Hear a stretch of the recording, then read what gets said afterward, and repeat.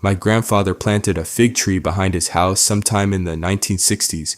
Nobody watered it, nobody fertilized it, nobody ever really talked about it. But every August for the next 50 years, that tree quietly fed 3 generations of our family. I used to think that was just luck. Now I think it was one of the smartest things he ever did, because here's something I've come to believe after years of studying food security, homesteading, and how the most resilient families in history actually survived hard times. Some of the most powerful investments a person can make are not in stocks, businesses, or real estate. They're trees. While grocery prices rise, supply chains stretch thin, and the cost of feeding a family quietly becomes one of the biggest financial pressures most households face, a productive food tree just keeps producing, year after year, decade after decade, sometimes for centuries. Today, I'm going to walk you through 10 trees that can feed a family for generations, some for 50 years, some for 300, with almost no maintenance once they're established. And I need you to stay for number 7, because that tree might be the most quietly radical act of food independence you'll ever put in the ground. Before we get into the list, a quick note. These aren't miracle trees. They won't replace your grocery store overnight. What they will do is build something that compounds quietly in the background of your life, year after year, until one day you realize you haven't bought certain foods in years. That's the game we're playing. Let's start. Tree 1, Mulberry, the ghost fruit tone, wonder plus mild rebellion, playful opener. You will never find a mulberry in a supermarket, not ever. Not because they're rare. There are mulberry trees dropping fruit in forgotten backyards, along old fence lines, and on the edges of parking lots all across the country right now.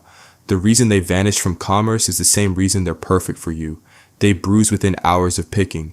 You simply cannot ship them. No shelf life means no supply chain, which means the only people who eat fresh mulberries are the ones who own the tree. Here's a strange fact that I love. Birds know where every mulberry tree in a neighborhood is. Humans forgot. Birds didn't. A mature mulberry produces 50 to 80 pounds of berries every summer. Berries with nearly 10% protein, which is extraordinary for a fruit. And unlike most trees on this list, that it starts feeding you in as little as 3 years. It also genuinely doesn't care about your soil quality, your rainfall, or your neglect. It grows fast and lives for 50 plus years. You're not just planting a tree. You're reclaiming a food that industrial agriculture quietly erased, and birds have been guarding the secret this whole time.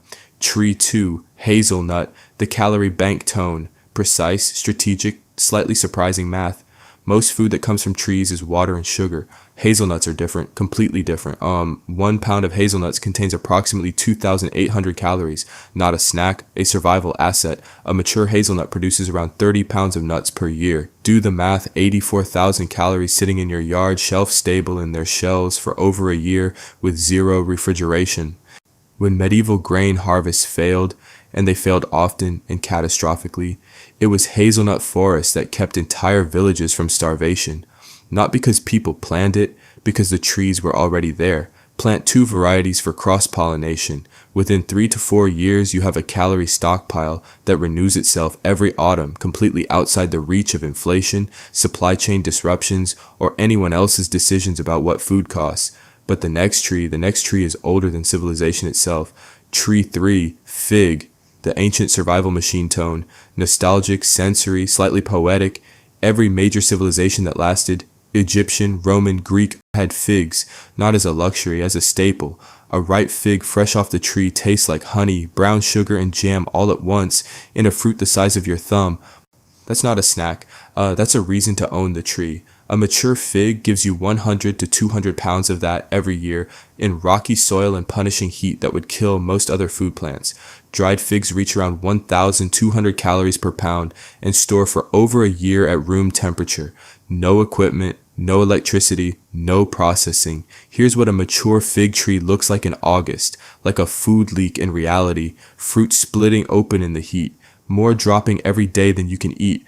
The birds know, the neighbors know, and somehow year after year there's always more. Think about every family you've ever known that always seemed to have fruit. The grandparent with the bowl on the table no matter how the economy was doing. Often, there was an old fig tree in the corner of the yard that nobody paid attention to 11 months of the year. That can be your family. A fig produces in as little as 2 to 3 years from a cutting that costs almost nothing. This is the fastest way to start. Tree 4, Apple, the Northern Fortress tone, historical, grounded, practical.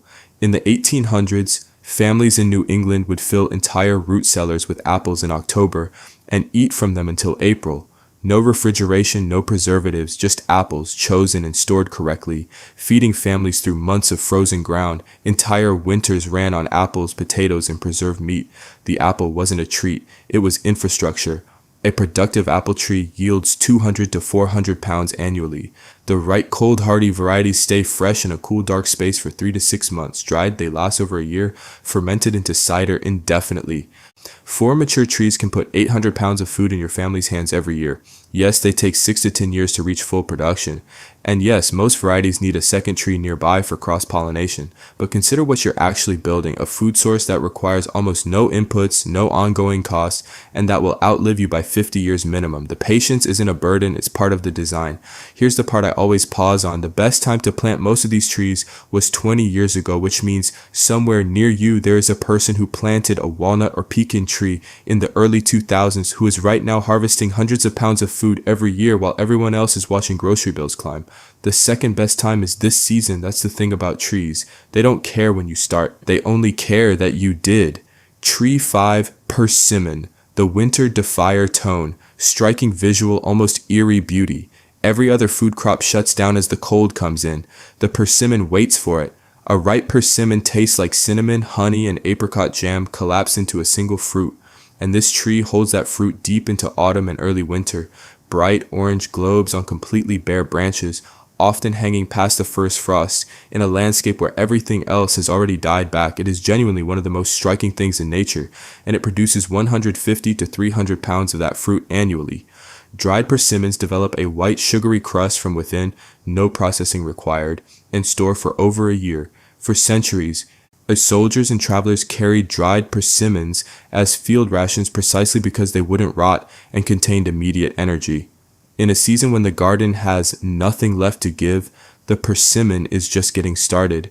Tree 6, Chestnut. The original bread tone, historical depth, slight awe. For most of human history in the mountain regions where wheat couldn't grow, bread didn't come from grain, it came from trees. Chestnut flour, ground from dried chestnuts, baked into the same dense, filling bread that sustained mountain communities across Europe and Asia through every recorded famine. It's gluten-free, it stores for months, and it comes from a tree that produces 200 to 400 pounds of starchy, carbohydrate-dense nuts every single year.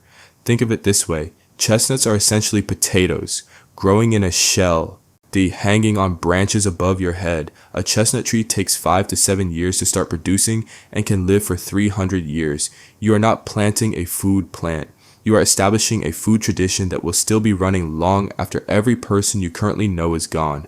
Modern blight-resistant varieties have made this tree viable again after decades of disease devastation. The bread tree is back, and it deserves a place in your yard. Tree 7, Carob. The siege tree tone, controlled intensity.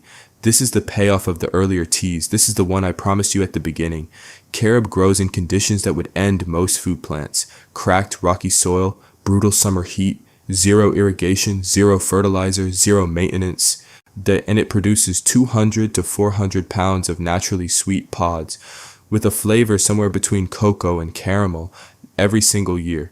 The pods are 50% natural sugar, and because they're naturally low in moisture, they store for 2 to 3 years in a cool, dry place with no processing whatsoever. Here's the history that changes how you see this tree. During ancient sieges, when armies surrounded cities for months or years, waiting for the food supply to collapse, the people inside survived in part on stored carob, not as a last resort, as a strategic stockpile, because carob simply does not rot. In the modern backyard food security world, carob is almost completely unknown, which is exactly what makes it the edge nobody talks about. It takes 6 to 8 years to establish. Then it runs for 100 years without asking you for anything. Plant this tree. It will outlive every challenge you can imagine and keep producing through all of them. Tree 8, Walnut, the biological bank account. Tree number 8 doesn't just produce food. It produces wealth. 50 to 80 pounds of walnuts per year, dense with omega-3 fatty acids and protein, storable in shell for over a year without refrigeration. In a diet without regular access to meat or dairy, walnuts fill exactly the nutritional gap that plant-based eating almost always leaves open. But here's the second layer that most people miss. Mature walnut timber is worth thousands of dollars per tree. You are growing a financial instrument. An asset that produces a food dividend annually, appreciates in timber value over decades, and leaves the measurable inheritance for whoever comes next. Picture it. A tarp spread under a mature walnut in October, covered in hundreds of pounds of nuts, children picking through them, a tree that your grandparent planted that cost nothing to run, that you could never buy back at any price. That is what planting a walnut this year actually means. It starts producing in 6 to 10 years and lives for 150 to 200. The account compounds the entire time. Tree 9, oak. The 500-year food forest tone, philosophical. Slow down here, this is the emotional peak. I want you to stop and sit with this one for a moment. For most of human civilization, the oak was not a shade tree. It was a food source, the primary calorie source for entire cultures. A single mature oak drops 200 to 1,000 pounds of acorns in a good year.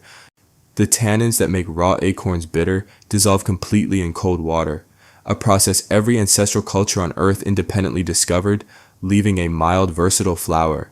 Acorn bread, acorn porridge, roasted acorn as a coffee substitute. The calories in a good acorn harvest are staggering, but here's the number that stops me every time I think about it. An oak takes 20 to 30 years to reach peak production. It lives for 200 to 500 years. When you plant an oak, you are not planting it for yourself. You are making a decision about what this piece of ground will look like for the next 10 generations of people who live here after you're gone.